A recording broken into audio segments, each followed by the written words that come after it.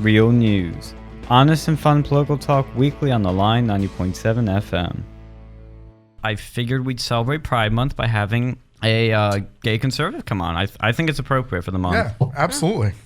Now, it is my honor to welcome a very fabulous and fearless guest. He is one of, if not the most dangerous person in politics and journalism. He's a New York Times best-selling author and one of the most censored men in the world. That is not an understatement. Our own President Barron said Penn State, quote, dodged a serious bullet, unquote, when this man's speaking stop here was canceled, sadly. But now he is at Penn State. He is here. Milo Yiannopoulos, welcome to the show. Thank you. Thank you so much for having me. Thank you for coming on. Now, the one thing I'm just going to start off with is because I've been following you for quite a long time. I've always been a fan of yours, but how did you go from the guy who broke Gamergate to being banned from literal continents that you just can't even walk on now? Well, you'll get some Republican, conservative, libertarian commentators who like to associate themselves with the strong. So some male commentators are always banging on about the military. Now, I bow to nobody in my respect and reverence and affection for veterans, the military, and all the rest of it. But there's a degree of theatricality about all the genuflection sometimes. Mm-hmm. And I don't feel the need to constantly ally myself with the strongest people I can think of. I like to stand up for the underdogs. I like to stick up for people who don't have the voice or the courage or the confidence or whatever to do it for themselves. Because to my mind, proper embodiment of the heroic masculine virtues, if you like, is the strong should protect the weak. And I got involved in this Gamergate thing, which was basically, a bunch of nerds, and I am a nerd. I'm a complete dork myself. I fall asleep to Star Trek Voyager. I don't care who knows about it. These guys were being pummeled to death by feminist crazies who were claiming that video games, of all hobbies, and if you know any gamers, not just like casual people who play like the NBA games or whatever, but actual real hardcore gamers, they're not only like mostly kind of probably left wing, but they're also like the nicest, sweetest, most accommodating, most lovely people, because they're all like kind of, they're all basically it's a bunch of misfits, and I love them because I'm a misfit. So as they were getting pummeled to death by these feminists, by these progressive journalists who were saying that straight white male is the easiest difficulty setting, importing all this social justice garbage from gender studies and race studies and all the rest of it into the hobby, and no one else was telling the other side of this story. The press, as we now know, is in its infinite dishonesty, is able to characterize, just does the most appalling things to people. So you had this kind of consumer uprising against politicized coverage, and it was the first kind of revolt against journalism, without which the later kind of journalism hatred from the Trump voters would not have been possible. In fact, I don't think Trump would have been possible without this video game thing.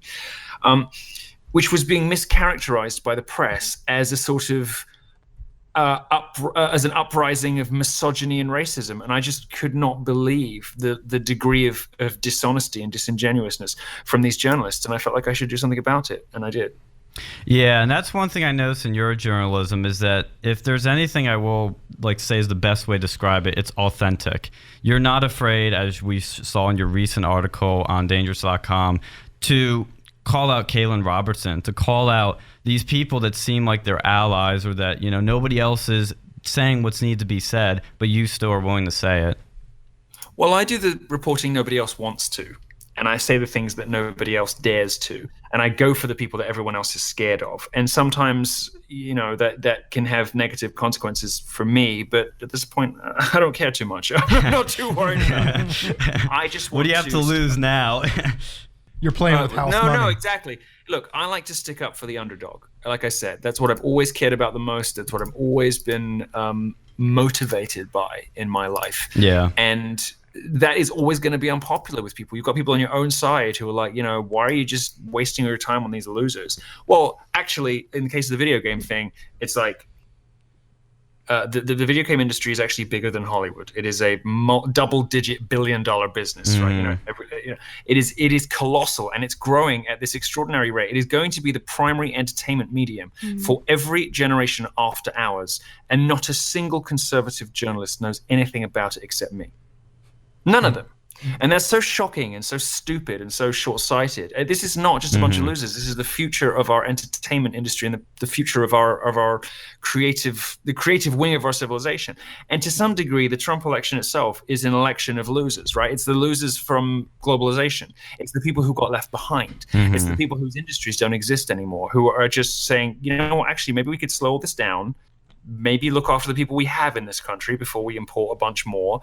In a way, the Trump election is it's the misfit rebellion, and that's very much in tune with how I see the world. And I guess maybe, I don't know, the gay lobby and public homosexuals these days, incredibly boring, one-note communist losers. But I always thought being gay was about being dissident and mischievous and pushing the envelope and I've spoken in interviews at length about this, so I won't bore you with it now. But it just felt like a natural affinity to me, for me to stick up for the people that nobody else wanted to.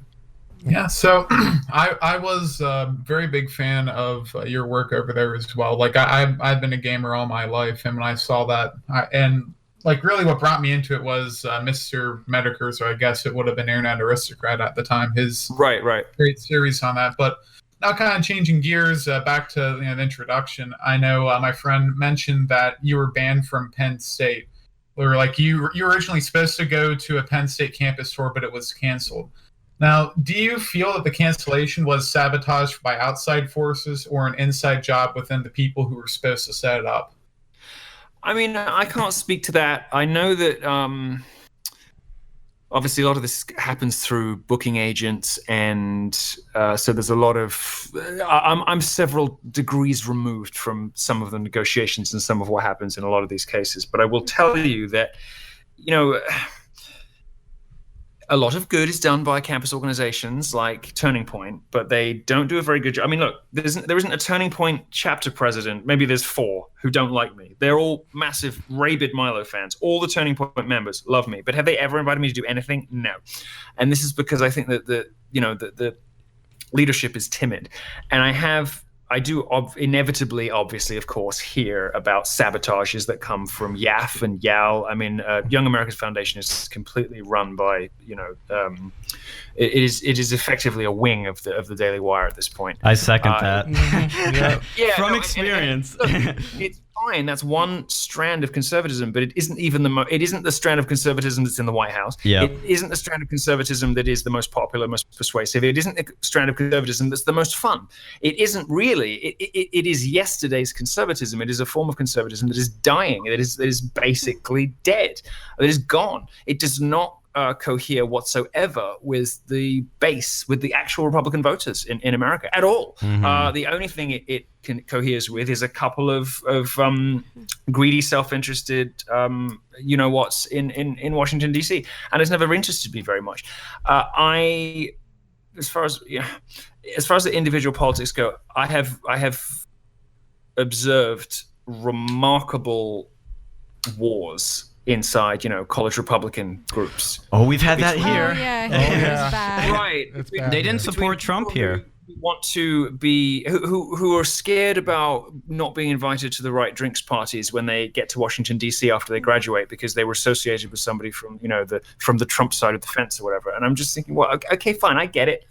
I get the self-interest. That's fine. But the extent to which they will try to sabotage and side of the fence or whatever, and I'm just in bad mouth and all the rest of it is really they tend to be, of the two sides, the slippery, slimy, underhand, mean, vindictive. I'm trying to keep my language clean. I know it's a family show. I appreciate it. I can't use any of the nouns that I was building up to.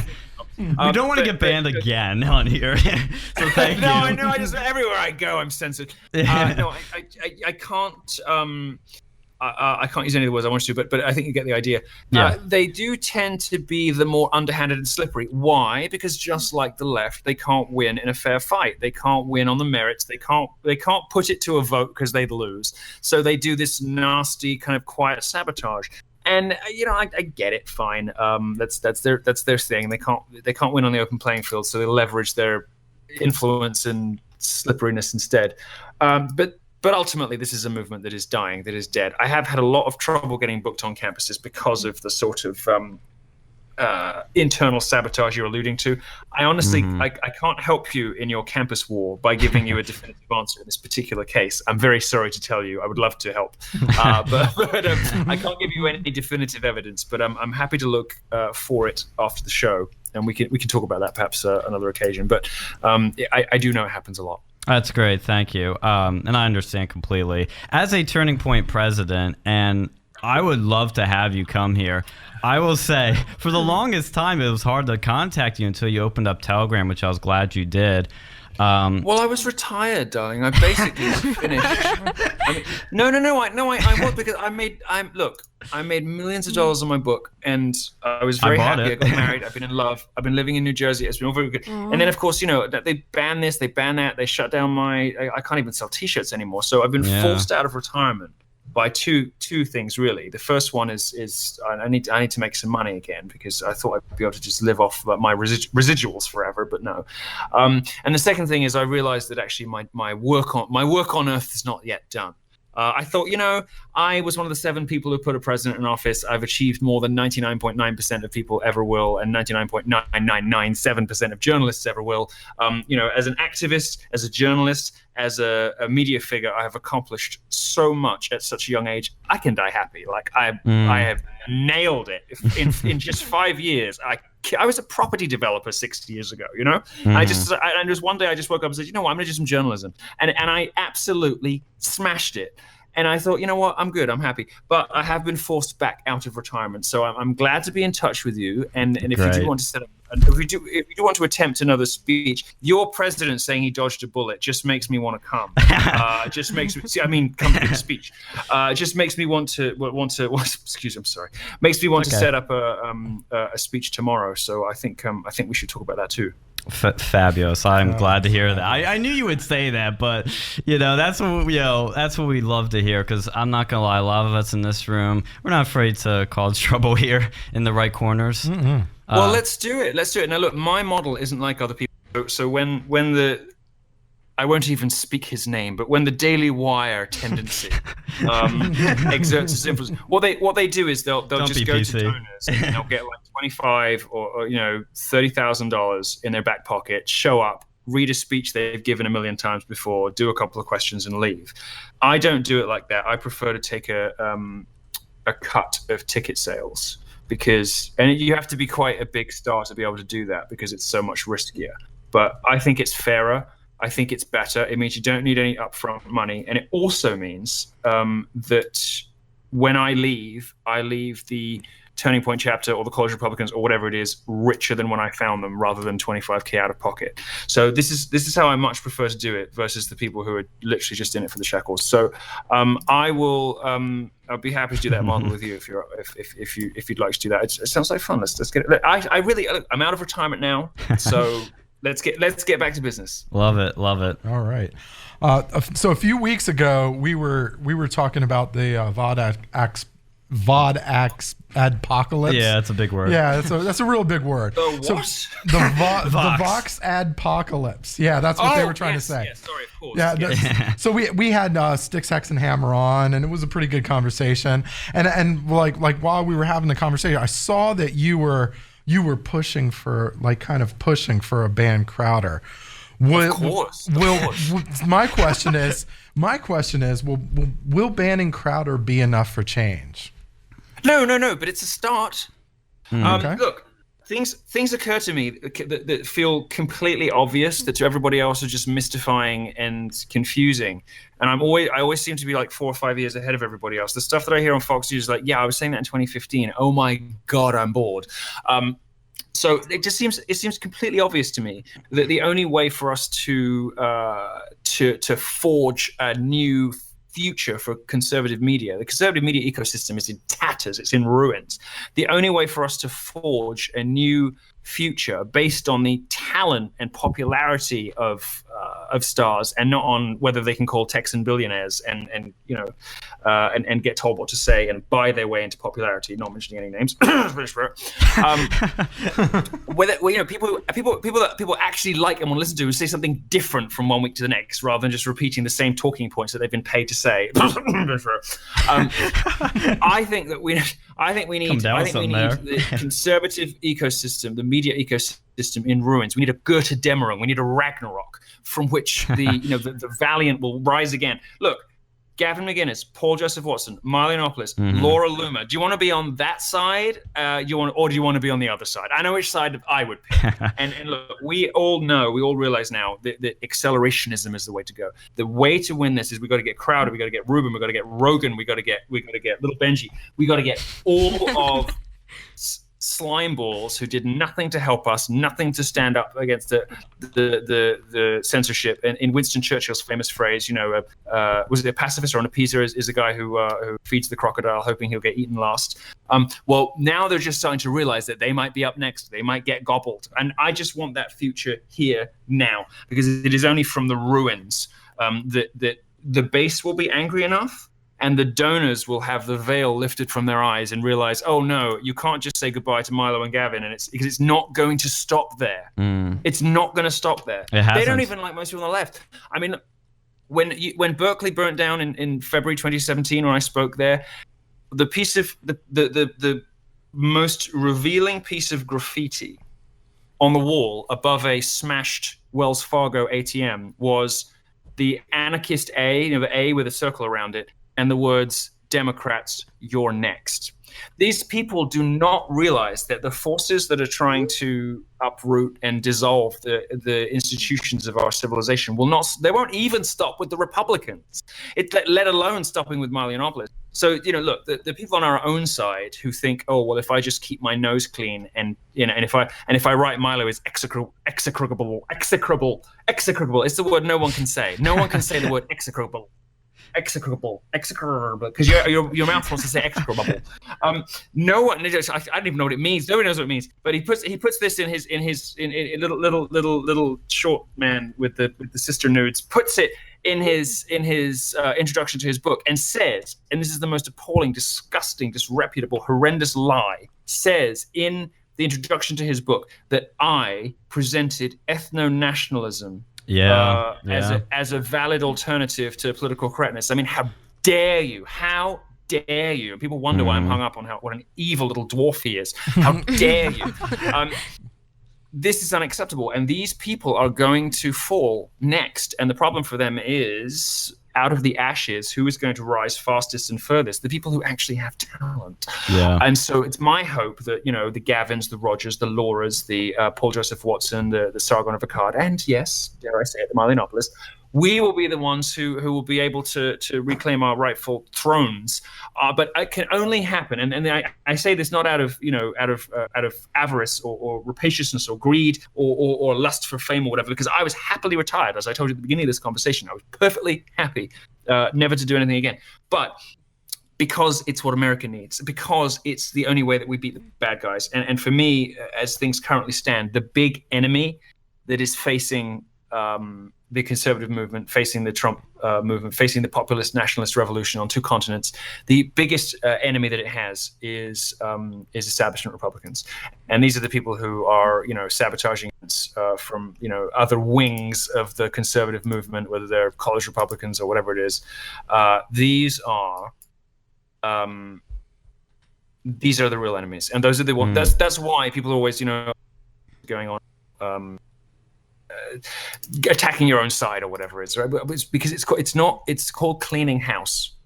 Who wants to fight alongside people who are passing on private information and travel itineraries to Antifa-linked journalists? Nobody. And nobody else is going to tell these stories because everyone else is so terrified and cowardly and useless. So I'll do it. But you need me. Trust me, you need me. I might be annoying and obnoxious and foul-mouthed and difficult to explain to your parents and an embarrassment most of the time, but you need me. So that's why I'm very much pro this accelerationism and ban Crowder. Owen Schroyer from InfoWars yesterday. Yeah, I saw that. Trying to get him banned because But I posted on Telegram. You can find me on Telegram. It's at Milo Official on Telegram. Yep. You can find me there. I spent most of the day yesterday trying to get Owen banned, in addition to mocking his ridiculous beard. Which was like I was going to say, the only reason I think he should be banned is because of that beard. Oh, no, wait, no, you know, it's enough. It's honestly enough. Yeah. I mean, vegans, cyclists, and Owen Schroy's beard first over the wall. What about feminists? Well, look, I believe that women can be redeemed. I think women only become feminists because they're handed a victimhood script. And I don't want to, I don't want to start exterminating half the female population. I would much rather reform them. But there are people who are beyond redemption, cyclists especially. Understandable. Those are the people that just need to go. So look, I even with Owen yesterday. Owen's a very good friend. And I'm trying to get him banned. My advice to you, if you're listening, if you care at all about the free speech agenda, if you care at all about controlling immigration, if you care about any of this stuff, one piece of advice for you is just pick your 5 favorite conservative media figures and start reporting them for hate speech to every social network they're on. You are doing, no, honestly, I'm not kidding. You're doing us all a favor. And I know it sounds absurd and ridiculous and insane, but it is true. And you will be helping them and us and yourself. Please start reporting your favorite conservative figures for hate speech to Twitter, to Facebook, to YouTube, whoever you can think of, because they've all got to get nuked if we're going to claw back any hope of a healthy, strong, powerful, and effective conservative media ecosystem. Because at the moment, it is not looking good. It's not even looking good for the next election, because all of Trump's most persuasive, powerful, effective supporters, they're all gone. Well, he's done nothing to save them. Yeah, we've been following down the show a long time, so we're definitely hoping change happens too. We're going to ask one quick question, because I don't want to hold you too long. I know you're a very busy man. And then I am now, and this is thanks to people like you trying to drag me out of a blissful retirement. Well, that's Phil's fault here. He just started DMing you when you advertise your username in Telegram. Go ahead. Make me the easy target. Go ahead, please. Fine. Well, I've only got myself to blame. I get it. Fine. But no, thank you for being so kind as to have me. What was your last question? Yes, Alex, you got that last question? Yeah.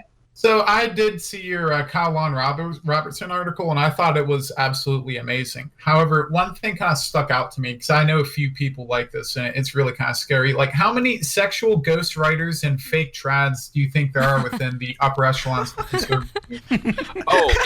Well, I think that even notwithstanding the FCC regulations to which this show is subject, I believe that I'm still allowed to say trad thought.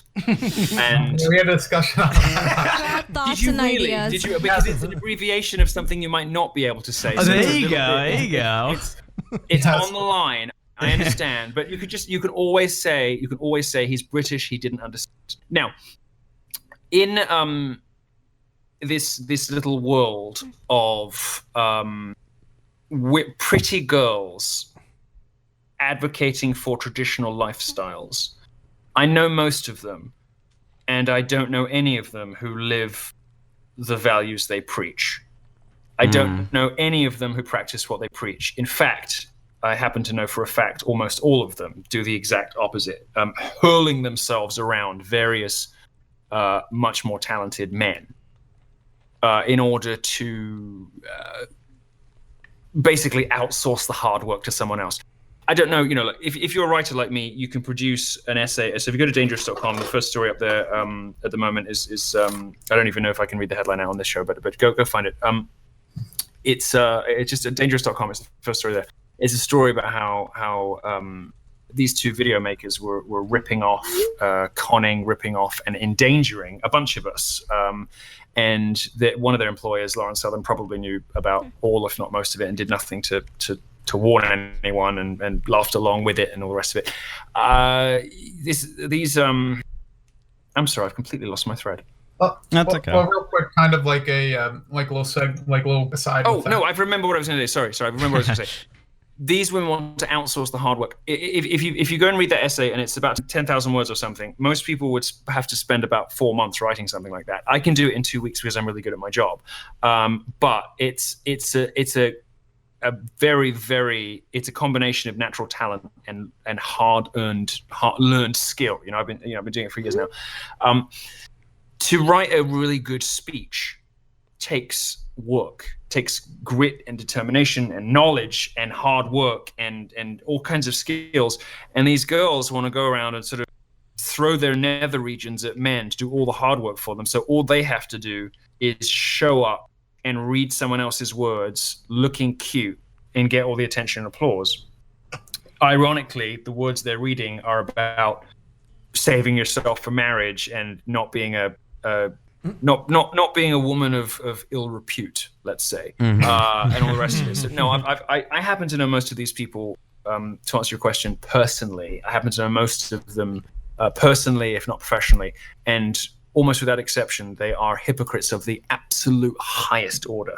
So I would encourage you very strongly away from following people who quite clearly are in it for the attention, and instead look at more mercurial and contradictory and fascinating and interesting figures. I think Roger Stone he's a very close friend of mine. He's fascinating. I think Alex Jones is fascinating. I think I fall into this category because very often what we have to say, you kind of like, even with people you like, you end up having your opinion of somebody shaped by headlines. And if enough people say, "Oh, Milo's insubstantial. He's got nothing really to say. He's just a troll. He's just a trickster figure." Well, if you actually listen to many of my college talks or read any of my books, you realize that this is nonsense, right?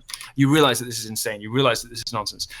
And so just pay close attention to primary sources. Go, and if somebody's being roundly bad by people are bad dudes, like the Daily Wire writers, there's a reasonable chance they're probably okay. And go and read what they say about themselves and what they say about their beliefs, and stop believing other people. And that way you can avoid a lot of the attention seekers and find people who. And sometimes those thinkers are edgy. Well, I mean, they will educate you. I mean, there's a guy called Steve Saylor who blogs to a couple of different places, and sometimes his content, I find it makes me sometimes very uncomfortable. He gets quite close to the line on race stuff, which I'm not really into at all. And yet other things he says and draws attention to are fascinating, and no one else covers things quite like he does. I think I probably fall in the same category, not in terms of edgy race stuff, but just in sort of like my theatrics can sometimes be difficult to defend. And if it all makes sense in the context of the performance or of social media, but then you get hauled into like the president's office and someone reads out something I've said and said, "This is the guy you want to bring," It can be quite difficult to defend, but you've got to. And for every thing that they're going to bring out, you should bring out something. So yeah, well, you know what? The guy's a New York Times best-selling author. He sold 250,000 copies of his book. Most influential conservative thinkers, whether you like him or not, of his generation. Yeah, you damn skippy, we're getting him in. So that's what I would encourage you to do, to avoid these these pretty girls with nothing to say who are really just speaking other men's words, and look for more interesting, iconoclastic figures. And you can even find them on the left. I mean, look at Camille. Is a feminist, right? Fascinating, brilliant, interesting. Don't agree with her on everything, but much of what she says is brilliant and is at least thought-provoking. There are interesting people everywhere you look, so don't take the easy option and just pick the hot girl. Look a little harder and find people who actually have something to say. Now, do you think there was more than a purely business relationship between like Stefan and Southern? Like to like I preface that, I've been like with Southern, I loved what she did with South Africa and the Borderless documentary, but after reading your like article on that, it kind of really woke me up to what's going on behind the scenes. Yeah, I mean, I have no evidence one way or the other. I have my own private suspicions about it. And I'm going to keep them to myself, only because I have no evidence whatsoever, and I don't want to be mischaracterized as spreading rumors about something that I don't have any real cause to believe, because I think it would be irresponsible. I don't know is the answer, and I don't have any evidence either way. You can draw your own conclusions about whether somebody who is habitually exchanging, work for favors would not do it with somebody she spends so much time with. That's you can speculate as you like. I haven't seen any evidence of it. He's obviously not willing to broach that subject at all with anyone. And to be honest with you, he was not a feature in my reporting. He wasn't really relevant to the story anyway. He was not. a part of it at any point. He isn't in any of the leaked emails I have. He just doesn't really appear in the story, to be honest. So I don't know the answer to that. To be truthful, I would be surprised if that was something that happened often or ongoing. It doesn't. I know all these personally. This is why doing what I do is so dangerous and so outrageous, because every time I publish an article, I lose a friend and create another feud that I don't even know about, So I don't know the answer to that. I suspect that if it ever... I just sort of telegraph this by saying it is pure speculation. I suspect if it ever did happen once or twice, I don't think it was an ongoing thing, and I doubt whether he's the kind of guy to exchange work for favors. I think he probably did it just to orbit her, if you like. I think Stefan's probably the kind of guy who would have helped her out without even getting anything in return, just for the mission and because he liked her and because she was pretty. I would guess, but I don't know. Very, very, very absolute last question I'm going to ask, and it's a serious one. I want to end on a serious note. How short is Ben Shapiro? So short. It's like the short. No, honestly, if you when you see those little people, like I will tell you just because then I really do have to go. Yeah, no problem. Peter Dinklage looks down on him. Wow. Well, will you guys ever see eye to eye on things? Just wondering. Yeah. Well, oh man, that I couldn't have had a better answer to end on. But normally I'd ask our guests where I can find people like you on. But for you, I'm gonna have to ask: is there anywhere we can find you? Telegram is that. Look, if any of you are remembering the glory days of Twitter when I was ruling the platform, and Leslie Jones. That brief, bright arc of brilliance on Twitter. I have to say, really getting into Telegram and using it much the same as I did before, except now I'm even smarter and even funnier and even more wicked and ruthless and horrendous. So I would go to Telegram. If you don't know what it is, just look up Telegram, old school Telegram. It's an app. You can get it in the browser. And I'm my channel is Milo Official, with no spaces or punctuation, just Milo Official. So just search for Milo Official, you'll find me.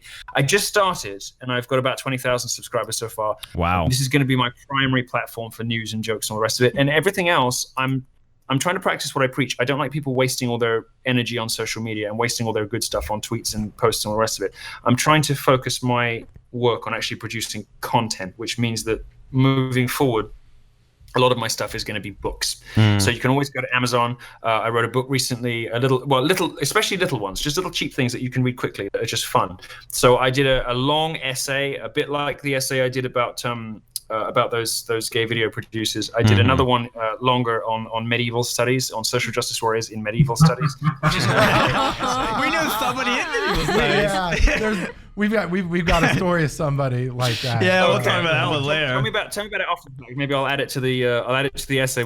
Yeah. So there's medieval studies, which is the most unlikely, hilarious place for social justice warriors to start their entryism, but they are. So I've got an essay called Middle Rages, which is up, and it's Amazon pricing is always a mystery, but the paperback is like $6.95 at the moment. So go get that. I wrote a book, How to Be Poor, and my new one, I'm currently concocting, putting together now a little series. I'm going to call it my 12 rules. I'm going to do 12 books, how to be white, how to be black, how to be gay, how to be straight, how to be a woman, how to be disabled. I'm currently writing the next one in the series after How to Be Poor. You're an expert in all those things? What? I said you're an expert in all those things? I'm an expert in everything. But I'm going to... Look, it's this silly idea that if you're not X, then you can't write or speak about X. This is just social justice garbage. Actually, diversity departments should be staffed exclusively by rich, straight white men because they don't have skin in the game. They're disinterested. That's a good point. That's why That's a really good point. Be rich, straight white men because they're not vulnerable to the inevitable biases that come with being part of these minority groups. Anyway, this is a conversation for another day. But from my position as a well-educated, wealthy white man, I am communicating my wisdom to various different minority groups because I think blacks in America are getting it wrong. They're doing black wealthy white gays are doing gay wrong. They're gaying wrong. Word of the day. Show them the way. No, look, there's lots of homosexuals that are gaying wrong. There are women who are womaning wrong, and I'm going to set them all straight, as it were. This is a 12-part series. Like I said, I'm going to call it my 12 Rules for Life. And it's my 12-part series aimed at all these different various minority groups, helping them to see the error of their ways, leading them away from this and away from this hateful nonsense that they've been doing. And so I am the Grand Marshal for the Straight Pride Parade in Boston on August 31st. Congrats. So the next installment of the How To series is going to be How to Be Straight. And that's going to be out in about a month. So you'll be able to find that on Amazon in about a month. And I'll, of course, be talking about it and posting about it and joking about it on Telegram. Great stuff. And like he said before, you can follow him on Telegram at t.me/Milo Official, or like he said, just search Milo Official. Be the one with a lot of subscribers, so definitely join that. Thank you so much, Milo, for coming on. We really appreciate you taking time out of your day to come on here. It was an absolute pleasure. You are welcome. Thank you so much for having me. And follow up with me about the various things we've been talking about, because there's things I can tell you privately that I can't tell you on. Thank you so much, guys. Thank you. Yeah, thank you very much. Take care. Take care. Bye-bye. Bye. Bye. That Wow. was awesome. Yeah. Oh my God, that was the best interview we've ever had. That was amazing. Yeah. Went on longer than we said we would, but man, did it have great content. Okay. What'd you guys think of the interview? Thoughts, takeaways? Dude, I watched them on the big guys, like on YouTube, and to hear him speak, surreal. Yeah, it's so surreal. I don't know. Yeah, it was very nice for him to come on. I'm genuinely, I'm really appreciate him coming on. I'm really grateful that he just took time out of his day to come on and talk to us. Because yes, we are just a Penn State radio. We're, we don't seem like we're a big deal in some ways, but we actually get probably quite a bit of viewership. Our ratings are probably better than Rachel Maddow's. I don't know. I'm kidding. But we get pretty good viewers, I would think. And no, we do. Yeah. I love our viewers. I love our viewers too. And this show is in association with Versa Media. So if you want to check out replay that interview, if you missed it, want to hear it again, the interview with Milo will be up on Versa. It's a YouTube channel with lots of other great content. Might have some interesting little things by Dictator Phil and by T here and other people.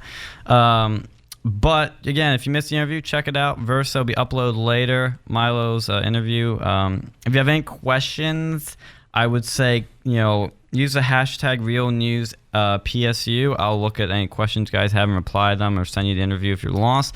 But thank you, everybody that's been listening to that. I'm glad we had people tune in for that. I know we had people that tuned in for that, because I know we're going to get complaints about having Milo on, but I think it went smooth. Well, what did you think, Alex?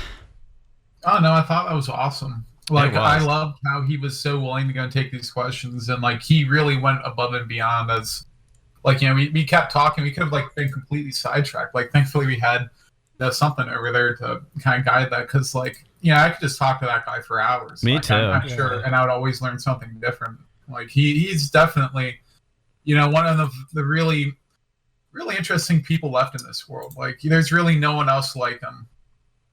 Yeah, he's a very unique figure, and there's nobody quite like him. You could find somebody that's Lauren Southern, for example, not to drag her name out, but there are many, female conservatives that are saying similar stuff she is. I mean, obviously she does it a little more distinctly, and that's why she's grown to where she is. But there's Brittany Pettibone, there's a bunch of others that are kind of like her. But Milo, there's nothing else like that guy, I have to say. Yeah, I definitely want to go and follow up with him about some of the other things. Oh yeah. Yes. Oh yeah. I'm waiting to see. I'm waiting to see if there's anybody that gets triggered. Oh, there's gonna be guaranteed. Somebody's gonna be going into the Penn State office. I'm really triggered right now. I'm gonna need therapy after what I just heard. And by therapy, I mean lots of Lena Dunham and Taylor Swift. Seriously. You think that'll be enough to recover from? I don't know. It's a start. I mean, really. What was that? Sleep it Really, off. who's all going to be here to actually listen to it? What was that? I mean, probably all two I don't know. people talking about it. I'm sure we got quite a few listeners today. Oh yeah, we had yeah. to. Oh yeah. It was Oh, yeah, Milo. I think on the YouTube channel, but I don't know about on the actual radio is going to listen because it Yeah. is like campus radio at the middle of the summer. Well, I thought it was funny though when he brought up his medieval studies piece. I actually saw that piece. It was called Middle Rages, and I immediately thought of someone we know to medieval studies because it's a He calls himself Ben Shapiro. yeah he does Yeah, he does yeah. actually yeah Shout out to her if you're listening to this. yeah. I just thought it was funny Milo mentioned that because I didn't even know medieval studies was a major. I didn't know it exists. I mean, there's Better than women's studies. is it? I mean, yeah, you get to learn about the Crusades and cool stuff like that. yeah. But like, I mean, it's anything that ends in studies is just useless. Just throw it out. You don't need it. It's not going to get you a job. That's my personal opinion and my recommendation. If you want to be successful in this world, you need to pick. You need to go to college. For most people, not everybody needs to go to college. So I won't say that there are trade schools and other routes. But if you want to be successful in jobs that need a college degree, you need to pick majors that will get you into good paying jobs. I don't personally think medieval studies is a good major. I mean, what jobs are there? No, Exactly. I think anything with a BA degree, you're really hampering yourself. Hey, sir. It's Like really honestly, odd. I've been in the business world. Like, it's gonna be tough if you don't have like a BS in something. BS. Okay, ad major. Hey, this ad major here is the host of a radio show, has a YouTube channel, is president of a Turning Point chapter here. Not bad. Not Yeah, bad not for an ad bad. major. Let's see if you can get a job. How many? with that. Like, what did your ad major contribute to that? Everything. You cannot. Okay, you can be something, but if you want to really be someone, you have to advertise. Like, you can have the greatest product in the world. You could have the iPhone, be sitting in your factory, done amazing product, but if you do not advertise that thing right, nobody's gonna buy it. Did Steve Jobs have an advertising degree? He dropped out of didn't college. have any degree. Yeah, he What didn't are you have any talking degree. about? F to An college. advertising degree, and he did a pretty dang good job. So Okay, it's that's an exception to the Okay. rule, and I also have an IST minor. Let's not forget that. So I am what Scott Adams says. I have a talent stack. I have multiple things here that are complementary that will help me in whatever I want to do, and they're flexible. Too bad it's not on I'm happiness. good with that. At least for mine. You want to say that again? Uh-oh. If you want to talk about it, I'll be here. What was that, Alex? At least your minor's useful. Okay, yeah, see. I have at least something that you will see as helpful. But people go somewhere in the ad world, and it's not always about what you know. It's also about who you know, and maybe something else I shouldn't say on the radio. But you can. It rhymes with glow. Let's say. Oh, jeez. Hey, you said the saying. Yeah, but I didn't say it like, I didn't. Hey, well, I'm not gonna flat out say on the What? radio. We're already in probably enough trouble. Yeah. I'm just saying. But yeah, that was a fun interview with Milo, though. Oh my God, I had so much fun, and he gives you long answers to questions. I mean, I really appreciate that because as someone that's done interviews with Collegian, with a bunch of other NBC, a bunch of other outlets, you first of all you got when you're in that interviewing mode, you kind of have to be answering things a certain way. But I know it's my tendency of interviews to give them as much material as possible per question, because then not only you don't have to ask other questions, but you get to formulate the response. You don't get, obviously he wasn't trying to, do anything, with us because we're not CNN or anything, but it's just always nice, even if you're CNN or if you're an honest, outlet like us, that's authentic, that you get enough out of your question, you get a lot of material. It's just great. A lot of insight. That's what I love about Milo. He always gives it great insight and everything. I will disagree with him on some things. I'll be honest. I do disagree with him on some things, but I still will find it entertaining, thought-provoking, and just authentic. Or trolly. See, I think he's right on that accelerationism. I told you it works. Okay, accelerationism I think in some cases doesn't work, but I think in this case I actually do think he's 100% right. I remember when he said that. Okay, Miss Accelerationist. When does acceleration not work? I would say with something like, what some people are pushing with Yang to bring a candidate into, office that will make America so bad that we'll elect somebody that will be radical and change things radically. Because number one, our system doesn't change radically. And number two, if a radical thing were to happen, let's say maybe it would cause a civil war or something, it would have so much destruction, so much chaos, so much bloodshed, so much misery that we would trying to rebuild from that would be very hard, depressing, and long. I think it's best to repair what we have because we still have a chance. It's like taking the wax, like if you ever had like a Brazilian wax, right? Yeah. Like it's like you're taking, if you try to do it slowly, it's just ugly and more painful. It's painful. You just rip it right out, right? Just get it over with. Well, that's basically what a lot of these people vote for Andrew Yang are saying, is that we're so far already like gone that there's no real chance. And I don't necessarily believe with that. I think that acceleration is a valid tactic for very specific circumstances. Mm-hmm. I think that YouTube honestly is probably one of the few circumstances where that would be a valid tactic. Yeah. Well, I think the Yang Gang thing is, it reminds me of Ron Paul. It's going to be this little niche sort of movement that's never going to gain any traction. Because I've looked at Andrew Yang's site. I've looked at some of his interviews. Zero charisma, awful marketing. He has the absolute god-awful worst marketing I've ever seen. Yeah, we were looking at his apparel. Store. Yeah, his store, and it just says math. And I'm like, what does math have to do with politics? Yeah, on his shirt, it just says math. I'm like, what is this? This is terrible. Trump's... He wants to appeal to people like Bill Nye the Science Guy, I guess. You say math on there, he makes you think you're a math genius. Yeah. There is nothing wrong with math. I'm very offended by that statement. Oh, are you taking any math classes next semester? What's your name? Sorry, I forgot it. What? Your character's name. Joke Forgot ruined. your name? Wow. Yeah, how Right, dare right, you? yeah. How could you forget your name? Yeah. You gave yourself this name. And forgot. I know, right? I thought about it, and then it's like, I don't know.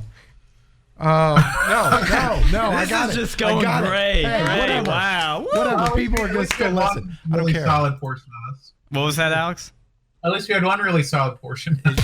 Yeah, it's just going downhill since. Boom. Yeah. Milo's gone. The quality just went boom right in the toilet. What were you saying? It's Incel Sheldon. That's what the name is. Incel Sheldon. It's Incel Sheldon. Oh, okay. Yes. Yeah. That's a nice name you got there. Thank you. Appreciate it. Speaking of incels, did you see that I think it was the Army or the Air Force had like a whole stack, like a PowerPoint stack on like incels? Yeah, I heard about that. Like, what were they talking about in there? You want to give us the TLDR on that? Let me see where I put the article. Yeah, like they see them as a growing threat. There's like a threat brief on incels. It's like an intelligence report. I mean, Dictator, you're the one who actually has military experience here. Like, have you ever had to see like threats, like threat stacks or anything in your line of work when you're in the military? Well, not really. I just like on threats. No, I don't.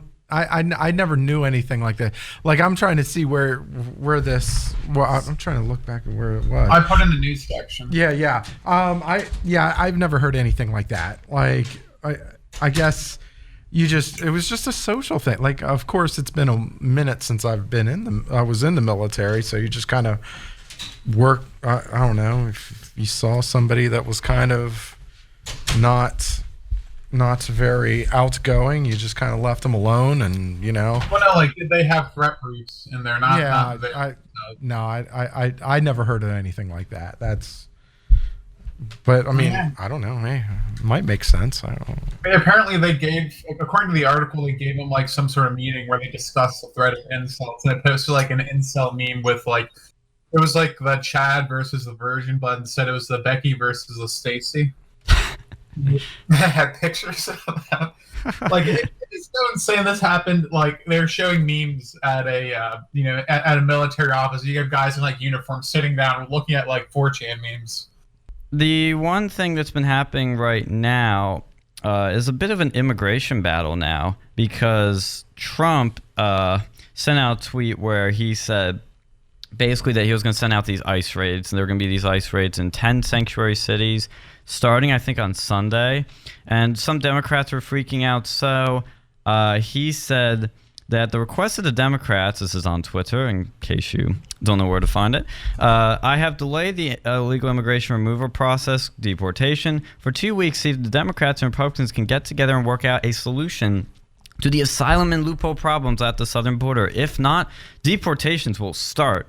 Sanctions come off of Iran, a bunch of other stuff he's talking about there. But, yeah, I think he's trying to make a deal here and trying to put the pressure on the Dems here. Will it work out? I don't think so, and I think he's going to have to go with the raids anyway.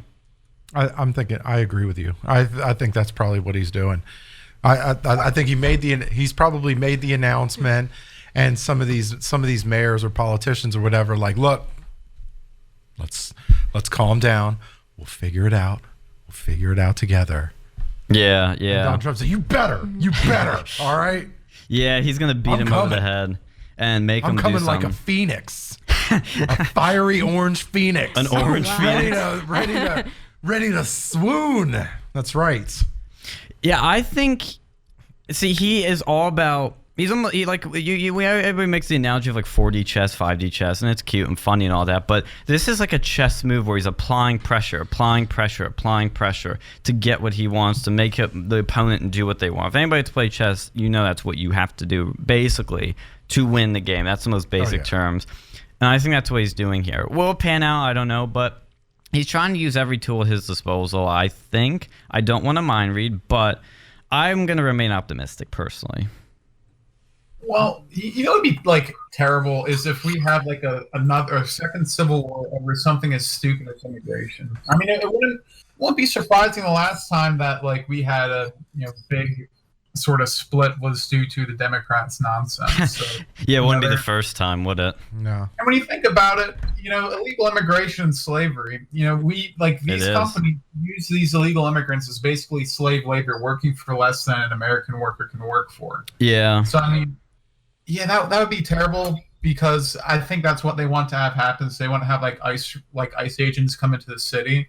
I don't think they'll actually be stupid enough to do it, but like if they have their like city police force or their National Guard try to go and like, physically stop ICE from coming in, force them to use deadly force to implement the law. That would just be terrible. And I imagine that civil war would be over really quick.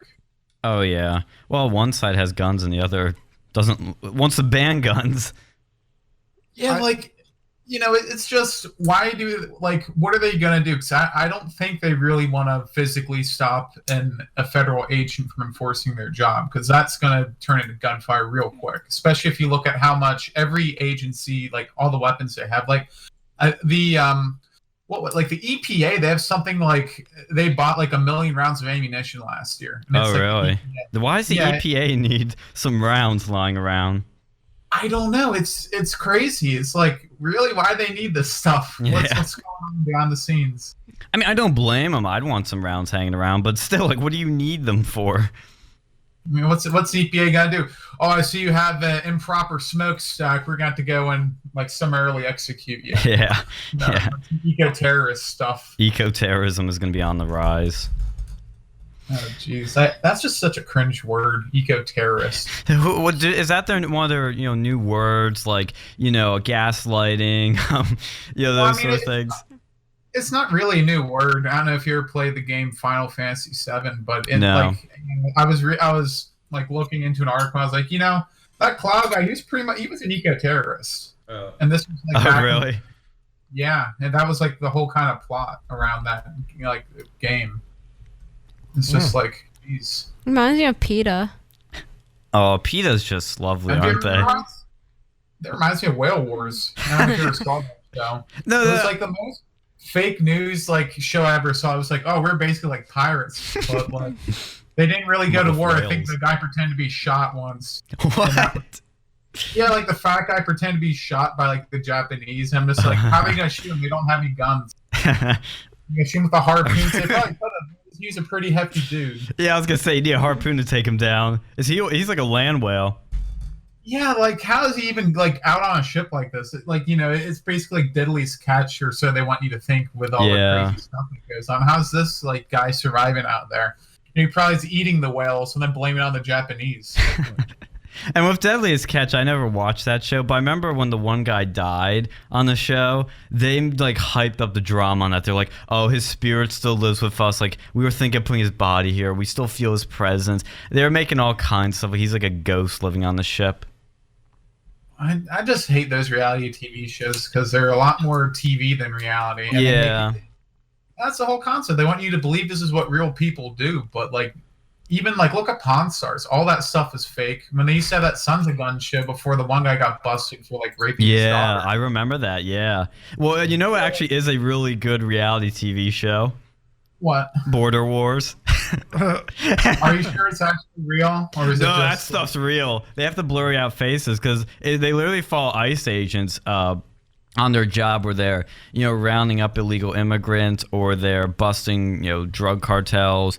And they'll show you like when they take a car and they have to, use the jaws of life and a bunch of other big heavy tools to open them up and pull all the drugs out. It's like a game almost for them with those things. Like they have to just find the drug somewhere. Because sometimes the dogs will find it and they'll be like, oh, okay, it's here. But then they'll start going there and they still can't find it. I mean, Cops is kind of a reality TV show at that point. So I think that they actually do real things on it. So it's like one of the TV shows. And it's been going on for like, good Lord, I don't even know how many years. It's just been like nonstop. It's always somewhere. Yeah. Well, they have like live PD now, right? That's like the new Cops. Yeah, that is basically. And I think Cops has been running for like 50 seasons or something insane. Fact check me. Don't harass me in the comments for fake news like I do with abortion. I see. That's what happens when a man tells you about abortion. Yeah, I know. Can't let a man tell a woman what to do with her own body, right? Unless you identified as a woman for that segment. Oh yeah, oh shoot, I should have. Oh well. Yeah. Yeah, well, there'll always be next time. Better luck next time. Well, it's 2019, so I could. Yeah. Lauren Southern identifies a man. Yeah, legally. exactly. Got away with it. Well, she had That makes things a bit more complicated, doesn't it? With recent news from Milo. Yeah, speaking of Lauren Southern, what happened? So I read his article like 75% to 8% of the way. 'Cause it's a long article, and I've been busy with school. But each word is more shocking than the next. Like I got to the end because I kind of wanted to skip to the end a bit. And apparently, Lauren Southern, the rumors are that she had to do a shotgun wedding or she had to marry a security guard that she accidentally had a you-know-what with. Wait, is she actually married now? Is that like... We don't know. But they said that's possible. Part of her retirement was to get out of the spotlight, not to get pictures with her quote-unquote husband. That she didn't entirely, and it was a shotgun wedding, so it was a quick wedding. It was a rush wedding, so I don't know. I don't know. Keeping up with the traditions. I kind of feel bad for her on one hand because she actually did real work at one point. Mm-hmm. Yeah. The South Africa remake. I know a bunch of people from South Africa, and they're very, happy to hear that. And I think that even influenced Trump in some ways because he did some, political maneuvering around South Africa. And the Borderless movie was absolutely fantastic. But, you start going behind the scenes, and it's just like any other Hollywood, producer. Well, maybe not just like she's not doing nearly as crazy stuff as, who was that guy? The Harvey Weinstein. But it was still pretty bad. Yeah, I mean, Harvey would always take the cake as the scummiest of the scummy. And you just look at him, and it's just like, he just looks like just a disgusting Jabba the Hutt human being. Wasn't he a Democrat? He was a Democrat donor. He donated to Democrats. He donated, yeah. The Clintons, I think, got donations from him. I think Obama got donations. You can fact check me on that before I get harassed in the comments again. But I'm pretty sure that's what he did. Wouldn't surprise me either.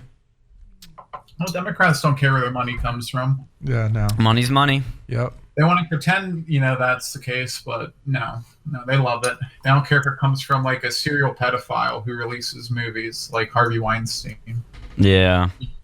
But yeah, it's hard too, because like the other day I was like trying to go, I think it was like Good Will Hunting or something. I just saw his name pop up there. Yeah. And I was like, Oh no. I know. Yeah. That's like every time I watch Yeah. Pulp Fiction, I see the Harvey Weinstein production company, and I'm like, oh, yeah. Like, it just buzzkills Yeah. the movie. Yeah.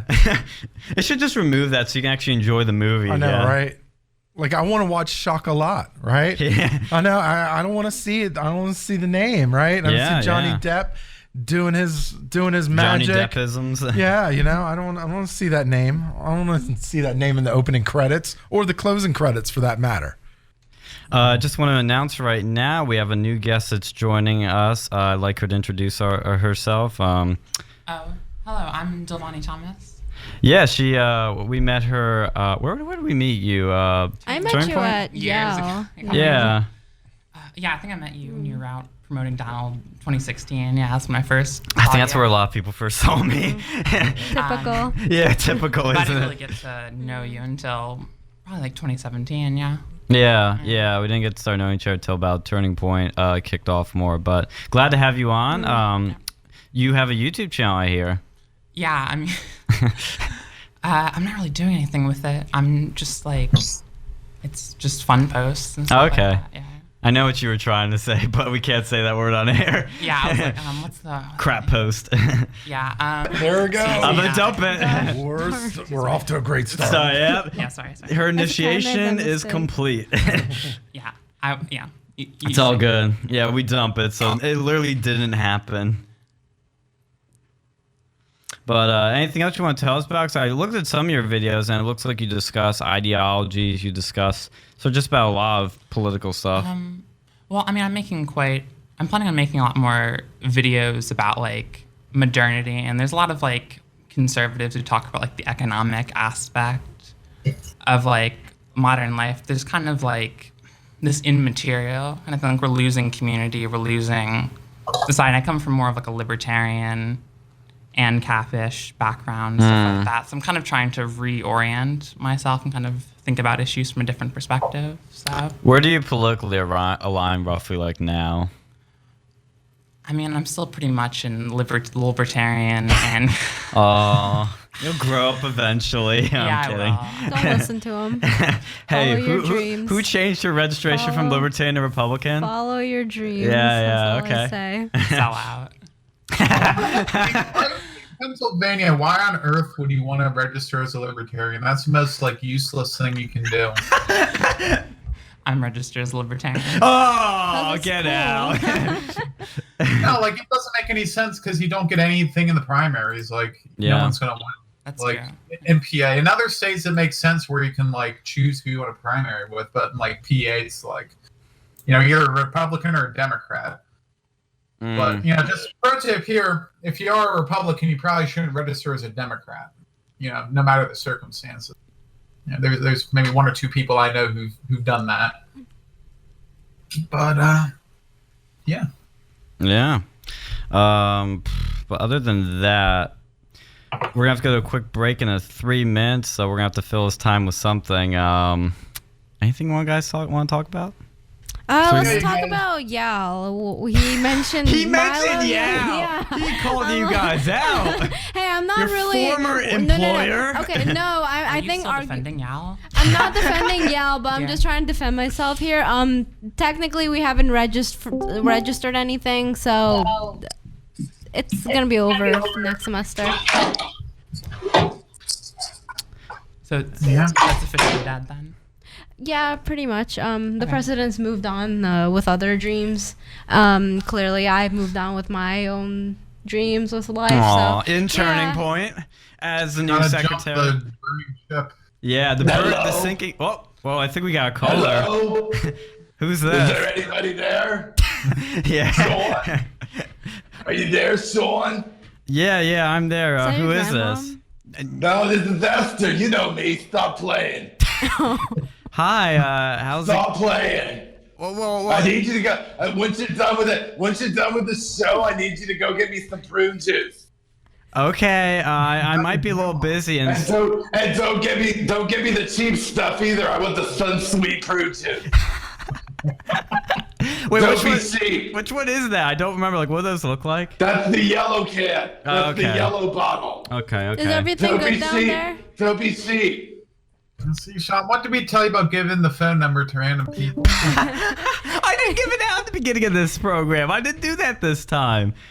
It's not my fault. I mean, people just call in sometimes. I can't control what they're going to do. You know, like the phone lines are open and people are going to call in. All 2 of them. Yeah. Oh, man. In the school year, I'm sure we're going to get a lot more stuff if we don't get, like, preemptively banned.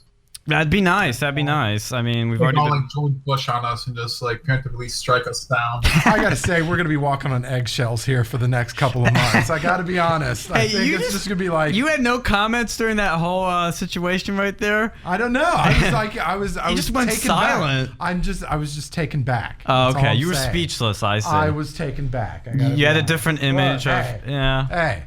Yeah, what were you going to say about that? You know, what are you going to say about this whole lady calling in? We have a diverse audience, people. You know, of all ages. All ages, all Yes. all types. All types. What did you think of the Milo? You were listening to the Milo interview? For a bit, it kind of was a little choppy. I was listening to. Oh, yeah. Okay. What'd you think of what you did here? Like, I'm always quite a big fan of Milo. Like, it's been quite a while since I followed him. That was just kind of interesting seeing what he's up to and stuff like that, you know, promoting. Yeah. I thought it was very funny his take at the end, like promote acceleration, you know, just report everyone. It might actually work. Because, yeah. well, like you're uploading your videos to BitChute, and your videos on BitChute are getting like a lot more Than views YouTube? than YouTube, yeah, because like people That's are what going Alex to was saying. BitChute to find that content. So if we push people off these platforms and onto alt-tac, then you know they're gonna. Wait, are we back on air? Yeah. Yeah. What were you going to say something? I was just curious. I must have lost that. Well, I had you off for a second on the board here and I turned you back on, but Okay. yeah, that was my bad. Sorry. Our BitChute is doing pretty decent too. I haven't But, checked in a while. well- What were you going to say? Well, before we go all meta, do you want to kind of talk about the elephant in the world right now, like the whole Iran thing? We should talk about the Iran situation. I've been wanting to talk about that. That was going to be our lead story till somebody just had to slide into Milo's DMs and make that the big headliner. Sorry, I don't know. I don't know what to tell you, you know? Yeah, no, it's fabulous. Iran, though, has been causing some tensions between the U.S. And their government. We've sort of blamed them for attacking a U.S. Oil tanker. And then a few days later, they shot down a U.S. drone in what we are calling United States of America international territory, but what Iran is calling Iranian airspace. I'm not going to lie, I don't know who to believe. Trump was going to do an airstrike, and then he called them off right after he approved of them. I think they said like 10 minutes before it was supposed to happen, he called them off. And he said it was because a lot of people get killed, like 150 people. And I think there's more to it than just that, but I think it was probably a little too, like, I could understand why he would and wouldn't do it. This was probably the better move. I think he's waiting for Iran to do something more catastrophic, like actually, you know, killing people before we attack them.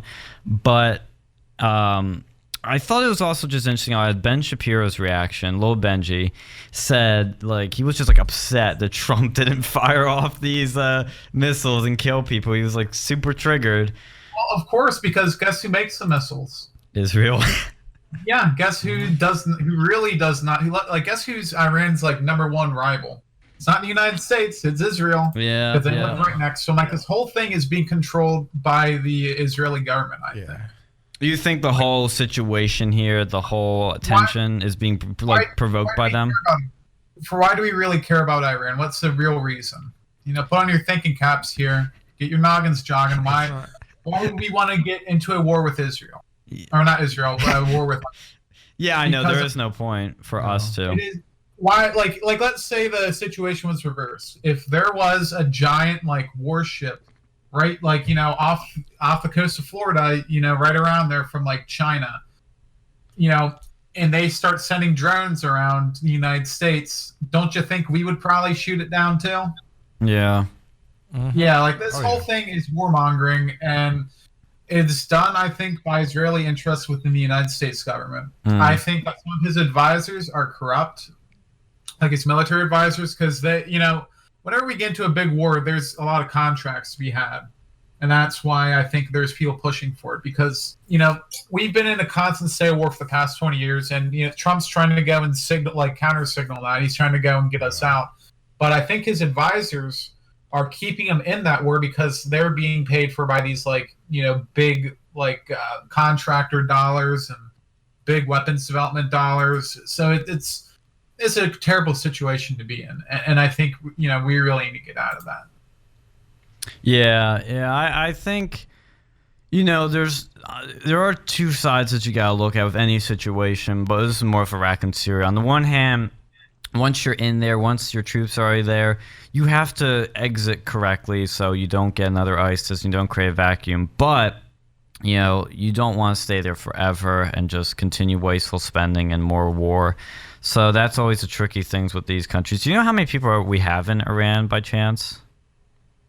Anyone? No, I have no idea how many people we have in Iran. Yeah, I don't know either. But what do you think's going to happen next? In there, maybe intelligence. What was that? I don't think we have any people physically inside Iran except for maybe intelligence at this point, like spies. Yeah. I mean, it's they thoroughly hate us, and for good, and for pretty good reasons. They know that they're on our poop list. Mm-hmm. But here's the thing, I think honestly we are already spread so far. We do not need another war. We're still not out of the Iraq and Iran and we're not in Iran yet, but we're about to. And we're not out of Iraq. We're not out of Yemen. We're not out of No, I think we are out of Yemen. I think. I could be wrong, but I think Trump pulled troops out of Yemen. He probably pulled troops, but we still have some troops left in there. And then we have troops all over Africa waging shadow wars. We have so many troops. And if we were to go to war with Iran, this wouldn't be Afghanistan. It wouldn't be the Gulf War. It wouldn't be Operation Iraqi Freedom. This would be a much larger war because Iran has a lot of money. Mm-hmm. And guess who they're also friends with? China. And China buys oil from Iran, and Russia has ties to Iran as well. Mm-hmm. So this would really put us in a bad spot for a possible World War III. Yeah. There is very little in my mind. There's very little that we could gain from a war with Iran. Now, if they were nothing we could gain. If they were threatening United States, people on our continent, not the people who are out there, in their coastal waters, right around their country. Yeah, I'd understand doing something like that. But over here, they're kind of it's their kind of home territory. Even if it's international waters off of it, we really shouldn't be. We're doing this for a reason. We want to provoke a war. Well, maybe not we, but some people in the U.S. government want to provoke a war. I don't think it's Trump. I honestly don't think he likes this, but I think he has so many allegiances to people in his cabinet that he's kind of stuck in this situation. And I think he had a change of heart because he realized, hey, if we have a war over here, we're going to need a lot more troops, and there's already not enough people going to military active duty as it is. Only 30-some% of the U.S. population right now would be considered fit for service. Mm-hmm. And how many of those actually volunteer? We'd either have to majorly lower our standards, or we'd have to institute another draft. And I do not think if we institute another draft, I think especially for something stupid like this, for something so far out of actually threatening United States soil, I think we would have major repercussions. I don't know if it would cause a major civil war, but it would at least probably lose him the next election if we had to do a draft. Mm-hmm. At the very least. Yeah, I think war with Iran though at this point is near zero. Nobody wants it to happen other than some neocons. It's not near zero. I think it's near zero. People hype up war last time when Trump struck Syria, and it happened twice. We airstruck Syria. Airstriked? I don't know which term to use. Airstrike Syria twice. Nothing happened. Nothing. We have troops in Syria. It's pretty much a war over there. We've been fighting in Syria. Well, the civil wars died down there big time. Well, yeah, now that's why they're wanting to start up another one in Iran. Maybe. I think there's definitely people that want to start one up. I just don't think it's going to happen. I think Trump, I don't want to mind read, but I think Trump was thinking during this, like he thought it was probably going to be too risky and decided not to do it. And it's hard to tell. It's hard to tell, yeah, because we only have so little information. And there's no doubt in my mind that Donald Trump uses madman theory. Like he absolutely does. Like you're unpredictable, you're volatile, irrational. Like he gives the appearance of being irrational and volatile, but it's very calculated. Yeah. Well, no, this is going to be like our Cuban Missile Crisis of this generation, I feel. Like, going to war with Iran, if we actually did that, Iran itself isn't the big problem. It's like World War I. Serbia and whoever the heck, who was involved, like Austria-Hungary and like Serbia, they were small fries, but it's with all the entangling alliances that come with it. And that's the exact problem with Iran. That's what it's going to end up becoming. Just all these alliances over here. A thought just crossed my mind. Like, who leaked that Donald Trump called off the strike at the last minute? That sounds... that does sound like a leak. Sounds really weird. Like, why would you have that leaked? Like, if I was threatening somebody, like, privately, and I publicly leaked it, then, like... Could be an intentional leak. Yeah, I was going to say. I was like, what are they trying to do by that leak?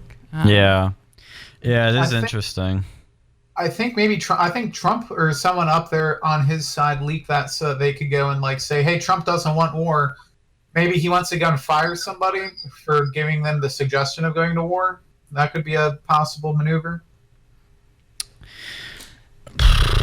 I don't know. I think he probably wanted to maybe show as a sort of, I think he did intentionally leak this to show that he was willing to attack Iran, but didn't do it. I know it sounds a little contradictory, but I think that was could be his thinking. I don't want to mind read, but I think he wanted to show Iran he wasn't afraid to attack him if necessary, but just didn't do it because it was unnecessary.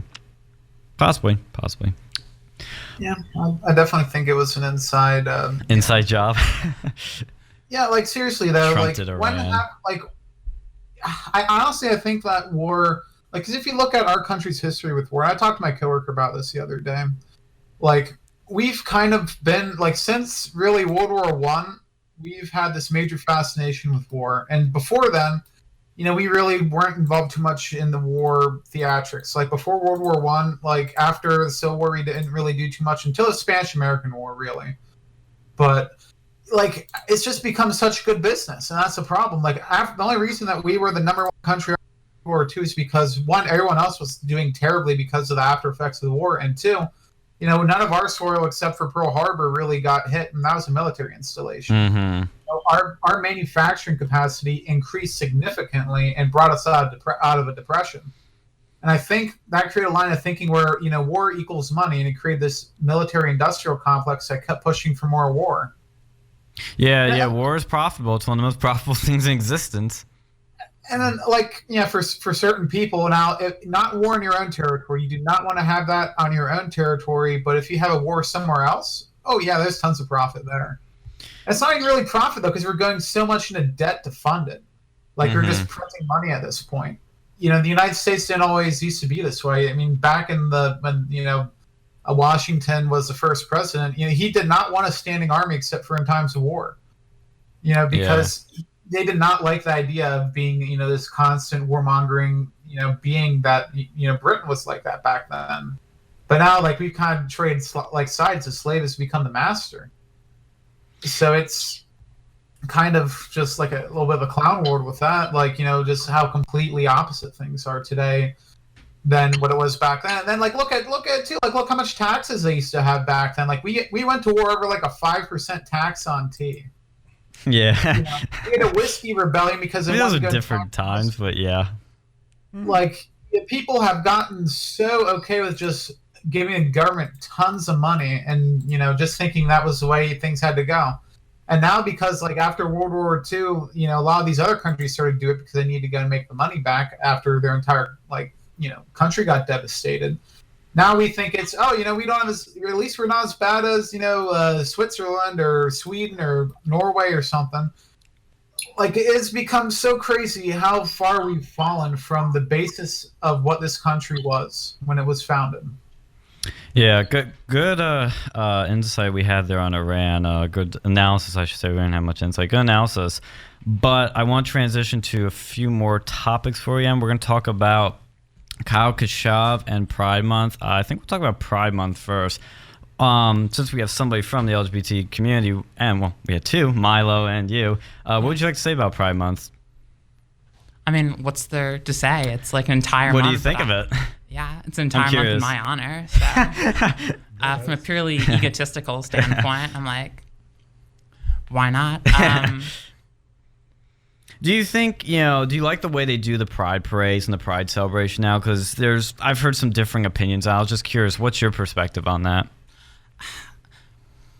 I may not be the best person to ask on this, because that stuff has never really interested me. Okay. I'm transgender, but even before I transitioned, when I thought I was gay or something, I wasn't even really that into gay culture or anything like that. Or yeah, it's just never really particularly. I'm curious. To me. Yeah, I mean, it's kind of a personal question, but when did you start thinking you were gay or not straight or something? Probably like 14, 15. Yeah. Yeah.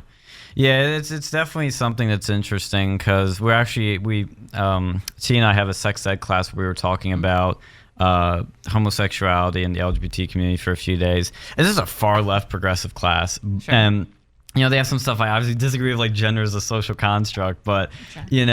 We were talking about that, and even our professor, who's a gay liberal Clinton-loving professor, he was talking about how you can identify as gay or something, and he had a list of ways that you can determine somebody's gay, and one of them was self-identification, which he said for the longest time he believed, but now he's going back to it's attraction is what makes you gay. What do you think qualifies somebody as, let's say, one of these acronyms? You mean gay? What qualifies? Yeah, because I don't know, there's a debate with the right and the left. It sounds weird. This is the most. I'm just curious because I can't think of these things. This is just this is such a weird question. What it I is. mean, it's like if There you go. Yeah, I was gonna say when two guys love each other, two girls love each other. Yeah. So you think this whole self-identification thing is absolutely silly? Well, what is it? What are you self-identifying? Well, what he was literally saying at one point in his life, he basically believed that if you believe you are gay, you are gay. If you believe you are something, you are something. Is there? I mean, what I'm I guess saying in is, the technical, if you believe you're gay and you go and you act out on being Yeah. gay, then I guess you're gay then. But yeah. why if you're a straight person, would you do gay and think gay things? Well, that's the thing we were talking about was, let's say you're a straight person that does gay things, let's say. Okay. Does that make you gay? Well, you could just be bisexual or Yeah. you don't have to. I was just confused by that. I was just wondering what you would think of it because we were There's a lot the of class was confused. Okay, I want to preface that the context of this question was the class was confused. There's a problem where a lot of people in the LGBT community are racing ahead and they have all these ideas which people just don't even necessarily understand. Where are you even coming from? Yeah. It's just the whole entire idea of you have the progressive coastal establishment, then you have the red staters or something like that. These kind of ways of dividing up, kind of two different mentalities. But it's just one group is just they're just so diverged. They just don't even really know what we're talking about. It's people who call themselves non-binary, for example. I'm not really sure what they mean by that. It's never really clear. I know that's why I've been asking these questions because they sound confusing. It is. That's what I'm saying. The reason I'm asking these questions is because we ask these things in class, Sure. and I mean our professor is one person in the LGBT community, so I'm just well, I wonder what other people think because we had a very sort of one-sided view of things. I didn't know. I obviously saw by your Discord, you know a lot of people in the community. I'm just curious, what are the thoughts? Do people believe this stuff? Is this really what we're hearing? Do people actually believe these things or something else? I guess the idea is basically just respect people and whatever they identify as. It's basically it's bad to oppress people. It's a philosophy of taking care of, and that's fine if you already agree with the premise, but people are confused, and it's not nothing that people are saying really clears up. And I read like gender theory and all these like very like left wing like biological sex, the social construct. I don't even really understand what most people, when they say they're non-binary. I don't understand that either. Mean. It's very vague. I'm not like saying it's wrong or bad to be non-binary. I'm just confused what it means. Yeah. I mean, I think I'm definitely there. There's a lot of things that are just, it's more just like, well, it doesn't matter what it means. It's about accepting people. And I guess there's some validity, like you shouldn't go around like harassing people. But, yeah, of course. Any other comments or any other questions people want to ask about Pride Month or any sort of LGBT related things, or do we want to move on to Kyle Kashuv? I don't got anything. All right.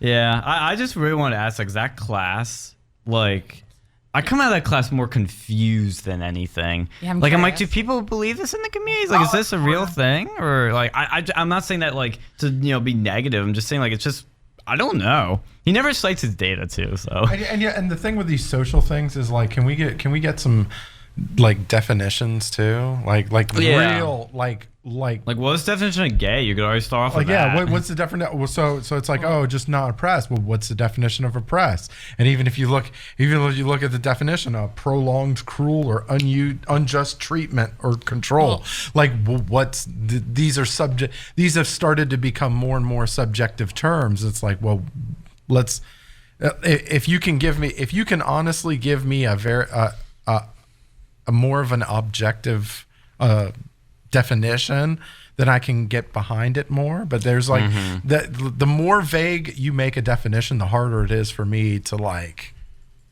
go, okay, let's go in that direction, like, because I don't know what direction we're going in if you're talking about vague terms. It's like YouTube. It's like YouTube with the hate speech thing. I don't know. Like what do you mean by offending? What do you mean by like I don't know. Supremacist content. Huh? They apparently was like supremacist content or something like that. Yeah, like, well, it's like, well, what? Like, what if I'm a gay supremacist? Is that Yeah, going to get banned? You left it open to like to manipulation too, because whoever makes the rules can manipulate it if they want to. Like, it's like, well, yeah, I know what you mean. Speaking of rules and stuff. Oh, here we go. Yeah, Kyle Kashuv. Great segue. Yeah, he was originally going to go to Harvard, but now his acceptance has been rescinded over his usage of the N-word in Google Docs that have been resurrected over the past, a few months, I think.